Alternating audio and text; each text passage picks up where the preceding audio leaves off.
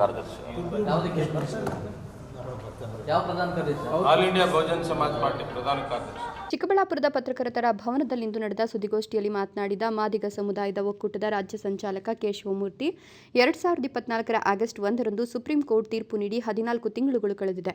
ಪಂಜಾಬ್, ಹರಿಯಾಣ, ತೆಲಂಗಾಣ, ಆಂಧ್ರಪ್ರದೇಶ ರಾಜ್ಯಗಳಲ್ಲಿ ಒಳ ಮೀಸಲಾತಿ ಜಾರಿ ಮಾಡಿ ತಿಂಗಳುಗಳೇ ಕಳೆದಿದೆ. ಆದರೆ ಕರ್ನಾಟಕ ಸರ್ಕಾರ ಒಳ ಮೀಸಲಾತಿ ವಿಚಾರದಲ್ಲಿ ಇನ್ನೂ ಮೀನಾಮೇಷ ಎಣಿಸುತ್ತಿದ್ದು, ಸರ್ಕಾರದ ವಿಳಂಬ ಧೋರಣೆ ಖಂಡಿಸಿ ಕಳೆದ ಆಗಸ್ಟ್ 11ರಂದು ನಾಗಮೋಹನ್ ದಾಸ್ ಆಯೋಗದ ಶಿಫಾರಸುಗಳನ್ನು ಯಥಾವತ್ತಾಗಿ ಜಾರಿಗೊಳಿಸಲು ಒತ್ತಾಯಿಸಿ ಬೆಂಗಳೂರಿನ ಫ್ರೀಡಂ ಪಾರ್ಕ್ನಲ್ಲಿ ಪರಿಶಿಷ್ಟ ಜಾತಿಗಳ ಒಳ ಮೀಸಲಾತಿ ಹೋರಾಟ ಸಮಿತಿಯಿಂದ ಅನಿರ್ದಿಷ್ಟಾವಧಿ ಹೋರಾಟ ನಡೆಸಲಾಯಿತು ಎಂದರು. ಹೋರಾಟದ ಒತ್ತಡಕ್ಕೆ ಮಣಿದ ಸರ್ಕಾರ ಕಳೆದ ಆಗಸ್ಟ್ 19ರಂದು ವಿಶೇಷ ಸಚಿವ ಸಂಪುಟದಲ್ಲಿ ಒಲ್ಲದ ಮನಸ್ಸಿನಿಂದ ಪರಿಶಿಷ್ಟ ಜಾತಿಗಳನ್ನು 5 ಪ್ರವರ್ಗಗಳ ಬದಲಾಗಿ 3 ಪ್ರವರ್ಗಗಳನ್ನಾಗಿ ವಿಂಗಡಿಸಿತು. ಇದರಿಂದ ಒಳ ಮೀಸಲಾತಿಯನ್ನು ಬಲಾಢ್ಯ ಕೋಮುಗಳಾದ ಪ್ರವರ್ಗ ಸಿಗೆ ಸೇರಿಸಿ ಅವರನ್ನು ಶಾಶ್ವತವಾಗಿ ಮೀಸಲಾತಿಯಿಂದ ವಂಚಿಸಲಾಯಿತು. ಆದಿ ಕರ್ನಾಟಕ, ಆದಿ ದ್ರಾವಿಡ, ಆಂಧ್ರ ಜಾತಿಗಳ ಬದಲಿಗೆ ಮೂಲ ಜಾತಿಗಳ ಹೆಸರಿನಲ್ಲಿಯೇ ಜಾತಿ ಪ್ರಮಾಣ ಪತ್ರ ವಿತರಿಸಲು ಕಂದಾಯ ಇಲಾಖೆಗೆ ಆದೇಶಿಸಬೇಕಾಗಿದೆ. ಜಾತಿ ಪ್ರಮಾಣ ಪತ್ರದ ಪರಿಶೀಲನೆಗೆ ಮೇಲ್ವಿಚಾರಣಾ ಸಮಿತಿ ರಚಿಸಬೇಕಿದೆ. ಸ್ಥಳೀಯ ಸಂಸ್ಥೆಗಳಲ್ಲಿ ಒಳ ಮೀಸಲಾತಿ ಅಸಾಧ್ಯ ಎಂದು ಮುಖ್ಯಮಂತ್ರಿಗಳು ಹೇಳಿಕೆ ಸಮುದಾಯಕ್ಕೆ ಅನ್ಯಾಯ ಮಾಡುವಂತಿದೆ ಎಂದರು. ಸಮಾಜ ಕಲ್ಯಾಣ ಸಚಿವ ಎಚ್.ಸಿ. ಮಹದೇವಪ್ಪ ಮನೆ ಮುತ್ತಿಗೆ ನಡೆದ ಪರಿಣಾಮ ಅದೇ ದಿನ ಸಚಿವರ ಮನೆಯಲ್ಲಿ ಮಾತುಕತೆಗೆ ಆಹ್ವಾನಿಸಿ ಹೋರಾಟಗಾರರು ಮುಂದಿಟ್ಟ 8 ಹಕ್ಕೊತ್ತಾಯಗಳನ್ನು 10 ದಿನಗಳಲ್ಲಿ ಪೂರ್ಣ ಪ್ರಮಾಣದ ಮೀಸಲಾತಿ ಜಾರಿಗೊಳಿಸಲು ಕಾಲಾವಕಾಶ ನೀಡಲಾಯಿತು. ಆದರೆ ಸಮಾಜ ಕಲ್ಯಾಣ ಸಚಿವರು ಈವರೆಗೆ ಕ್ರಮ ಕೈಗೊಳ್ಳದೆ ದುರುದ್ದೇಶದಿಂದ ವಿಳಂಬ ಧೋರಣೆ ಅನುಸರಿಸುತ್ತಿದ್ದಾರೆ. ಇದರಲ್ಲಿ ಮುಖ್ಯಮಂತ್ರಿಗಳ ಪಾತ್ರವೂ ಇರಲೇಬೇಕು.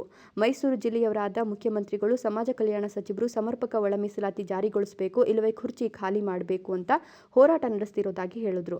ಮುಖ್ಯಮಂತ್ರಿಗಳ ಸ್ವಗ್ರಾಮ ಸಿದ್ದರಾಮನ ಹುಂಡಿಯಿಂದ ಒಳ ಮೀಸಲಾತಿ ಜಾರಿ ಮಾಡಿ, ಇಲ್ಲವೇ ಕುರ್ಚಿ ಖಾಲಿ ಮಾಡಿ ಘೋಷಣೆಯಿಂದ ಜಾಥಾ ನಡೆಸಿ ಮೈಸೂರಿನಲ್ಲಿ ಬೃಹತ್ ಪ್ರತಿಭಟನೆ ನಡೆಸಲು ತೀರ್ಮಾನಿಸಲಾಗಿದೆ. ಮುಖ್ಯಮಂತ್ರಿಗಳು ಕ್ರಮ ಕೈಗೊಳ್ಳದಿದ್ದರೆ ಜಾಥಾ ಬೆಂಗಳೂರಿಗೆ ತಲುಪಲು ನಿರ್ಧರಿಸಲಾಗಿದೆ. ಹಾಗಾಗಿ ಮುಖ್ಯಮಂತ್ರಿಗಳು ಮತ್ತು ಸಮಾಜ ಕಲ್ಯಾಣ ಇಲಾಖಾ ಸಚಿವರು ಕೂಡಲೇ ಸಮರ್ಪಕ ಒಳ ಮೀಸಲಾತಿ ಅನುಷ್ಠಾನಕ್ಕೆ ಕ್ರಮ ಜರುಗಿಸಬೇಕು ಅಂತ ಆಗ್ರಹಿಸಿದರು. ನಾವು ಒಳ ಮೀಸಲಾತಿ ಸಾಮಾಜಿಕ ನ್ಯಾಯಕ್ಕಾಗಿ ಪರಿಶಿಷ್ಟ ಜಾತಿಗಳ ಒಳ ಮೀಸಲಾತಿ ಹೋರಾಟ ಸಮಿತಿ ರಾಜ್ಯ ಸಮಿತಿಯಿಂದ ಪತ್ರಿಕಾಗೋಷ್ಠಿಯನ್ನು ತಮ್ಮ ಮುಂದೆ ಹಮ್ಮಿಕೊಂಡಿದ್ದೀವಿ. ಆಗಸ್ಟ್ 1 ಕಳೆದ 35 ವರ್ಷಗಳಿಂದಲೂ ಕೂಡ ಒಳ ಮೀಸಲಾತಿಯ ಒಂದೇ ಇಶ್ಯೂಗೋಸ್ಕರ ಮಾದಿಗ ದಂಡೋರ, ಮಾದಿಗ ಮೀಸಲಾತಿ ಹೋರಾಟ ಸಮಿತಿಗಳು, ಆಮೇಲೆ DSSಗಳು ಮತ್ತು ಇತರೆ ಪ್ರಗತಿಪರ ಸಂಘಟನೆಗಳು ಎಲ್ಲರೂ ಕೂಡ ಒಟ್ಟಾಗಿ ಸೇರಿ ನಾವು ಇಲ್ಲಿವರೆಗೂ ಹೋರಾಟವನ್ನು ಮಾಡ್ಕೊತಾ ಬಂದಿದ್ದೀವಿ. ಈ 35 ವರ್ಷಗಳ ಹೋರಾಟದಲ್ಲಿ ತಮಗೆಲ್ಲರಿಗೂ ಗೊತ್ತಿರೋ ಹಾಗೆ ಆಗಸ್ಟ್ 1ನೇ ತಾರೀಕು ಸುಪ್ರೀಂ ಕೋರ್ಟ್ ನ್ಯಾಯಾಲಯ ಒಳ ಮೀಸಲಾತಿ ವರ್ಗೀಕರಣ ರಾಜ್ಯ ಸರ್ಕಾರಗಳೇ ಮಾಡ್ಬೋದು ಅಂತಕ್ಕಂಥ ಒಂದು ಆದೇಶವನ್ನು ಕೊಡ್ತು. ಅದರ ನಂತರ 1 ವರ್ಷಗಳು ತಡವಾಗಿ ನ್ಯಾಯಮೂರ್ತಿ ಸದಾಶಿವ ಆಯೋಗದ ವರದಿ ಇದ್ದರೂ ಕೂಡ ರಾಜ್ಯ ಸರ್ಕಾರ ಅದನ್ನು ಪರಿಗಣಿಸದೆ ಜಸ್ಟಿಸ್ ನಾಗಮೋಹನ್ ದಾಸ್ ಅವರ ಆಯೋಗದ ಮೂಲಕ 125 ಕೋಟಿಗಳನ್ನು ಖರ್ಚು ಮಾಡಿ ಇಡೀ ರಾಜ್ಯಾದ್ಯಂತ ಸಮೀಕ್ಷೆಯನ್ನು ಮಾಡಿತು.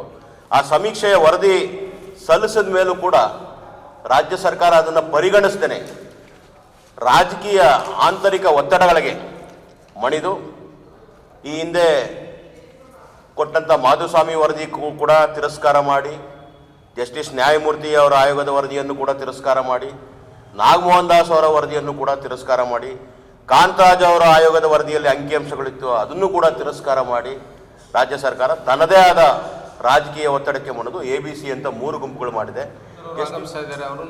ಅವ್ರಿಗೂ ನಾವು ಸ್ವಾಗತವನ್ನು ಬಯಸ್ತೀವಿ.